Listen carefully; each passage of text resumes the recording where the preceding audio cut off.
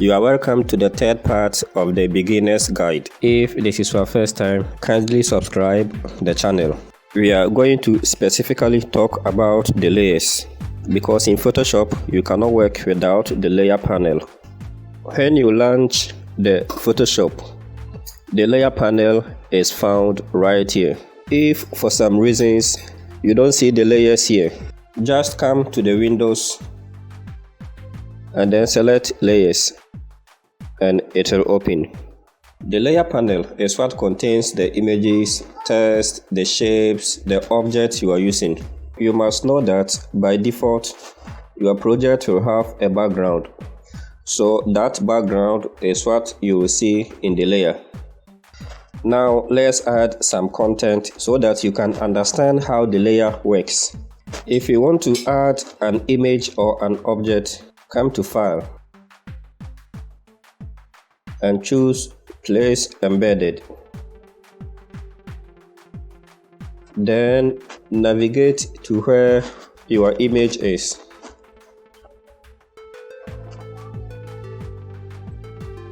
And click Place.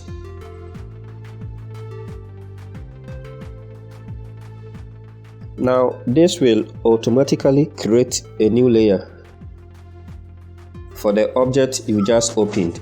Another way you can also open an image is to just open your folder and then drag the image you want and release it in the document. Then it will open and also create another layer in the layer panel for you. Then click the check mark to finalize it. Now, one thing you must understand is that a layer must always be selected before you can work with it. So you can hold the Control or the Command key to select more layers if you want to make changes to them. Also, you can click on this eye icon, this tiny icon here, to hide the content, and also click again to reveal the content.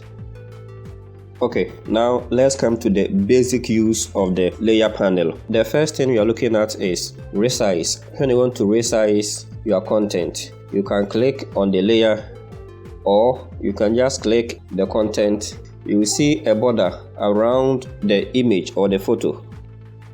You can either drag the corners or the edges to resize your content. You can also drag inside to move it from one place to another place. When you bring the cursor outside the borders, you will see that the cursor will change, which means that you can drag to rotate your image or your object the way that you want it. Now let's position our photo very well.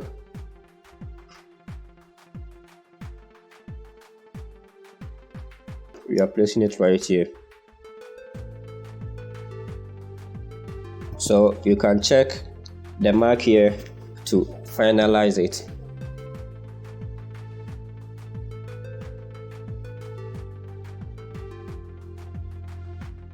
Let's look at these two important things. You can select the layer and then drag the opacity slider here to make the layer more or less transparent. So it will depend on how you want it.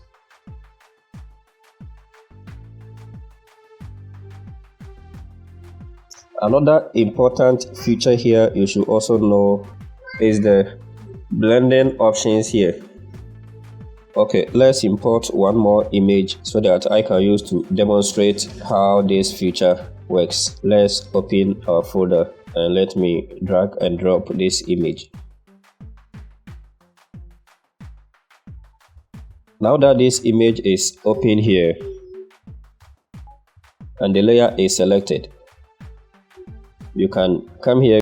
So it has a lot of them that you can use to blend one image to another. So if I choose the screen, you can see it has given us some reflection, and you can place it wherever you want. Then we can lower the opacity to make it look good. So I'm setting the opacity to 30%. Take note that you can also duplicate the layers. So if I want to duplicate this layer, I make sure that it is selected. Then you press Ctrl J. When you're using Mac, you press Command J and it will give you another copy. So let's move one down.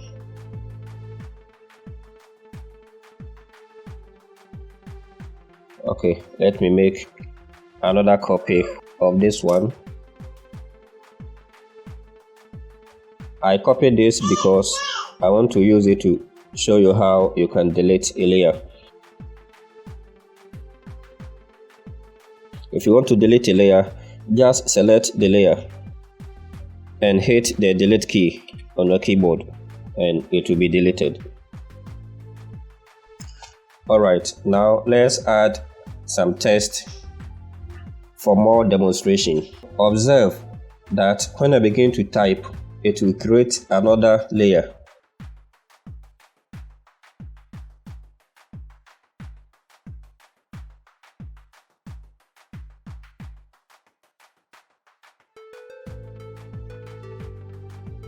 Now another layer has been created for the text that has been added. I know you can resize a layer, so let's resize this text.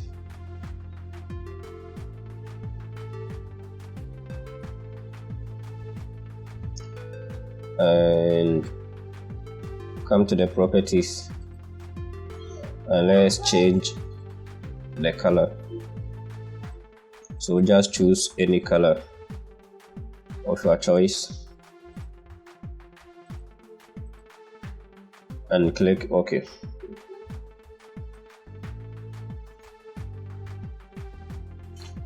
Let's also add another layer by choosing the shape tool here. So once I begin to draw the shape, you will see that a new layer will automatically be opened for the shape.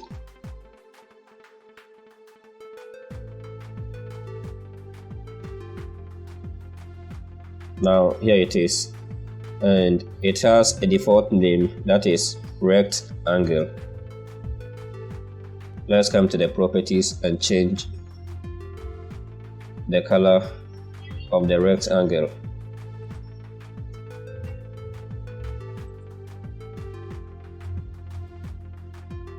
Let's take a black. Now let's take a sample color from here, a blue color, and it's okay. Let's take the text tool and let's type the name.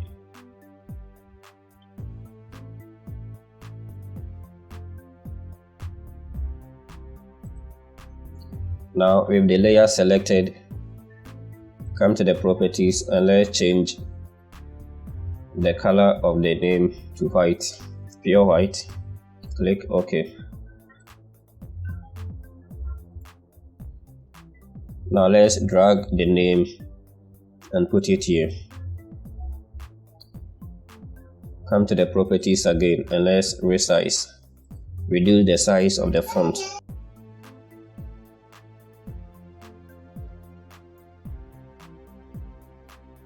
Alright. You can see we are having many layers here now.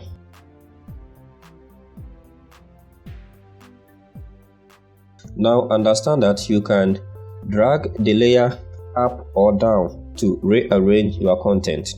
For example, we have Sister Joyce, that is the text. I can drag the layer down, and now you can see that the rectangle has come up. So we have the text beneath the rectangle, so it is not showing. If I turn the eye icon of the rectangle, you can see the name is still here behind the rectangle. So you can arrange your content depending on the order of the layers in the layer panel. Note also that you can rename a layer. For example, this is our background. Double click on the default name and then type the name that you want there. After that, hit enter on your keyboard and it will be renamed.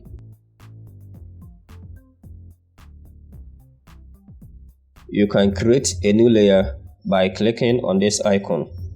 So you can see create new layer. When it is clicked, a new layer is open. In this new layer, it is transparent until something is added to it. We also have the delete icon here. So if I want to delete this layer, I make sure it is selected, then I click delete, then the layer will be deleted. Sometimes you can have so many layers, and if you want to keep your work or your project clean, there is a way you can go about it. You can select the layers by holding down the Control or the Command key and select the layers.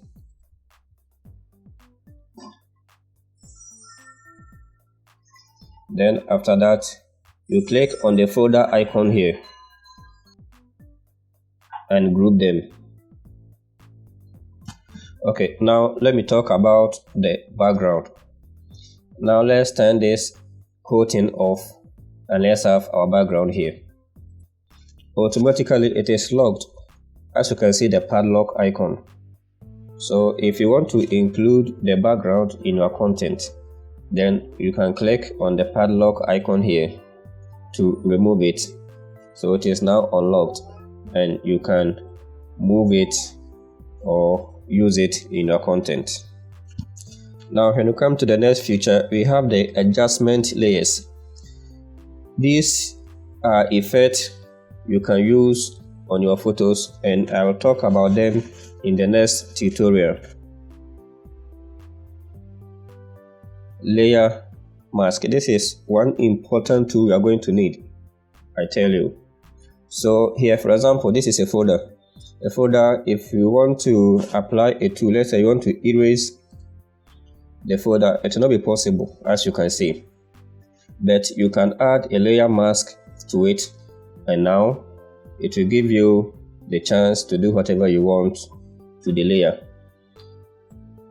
So you can see I am now erasing what I have done. One amazing thing about this is that if you think you don't need the effect again, you can just come and then you can either disable it or you can even delete it. Then finally, what I'm going to talk about, just the introduction, is the layer styles. We call it the blending options. This one too, I will go deep into it in the next tutorial. We have the bevel, the stroke, the color overlay. In fact, it contains a bunch of styles that you can use to make your project look very nice. Just look forward to it in the next tutorial. If you want to ungroup them, just right click and then come up here and choose ungroup layers, and they will be back to normal. This will be the end of the part 3 of our beginner's guide. If this is your first time, make sure you subscribe to support the channel. Remember to stay creative. Thank you very much for watching. See you again in the next tutorial.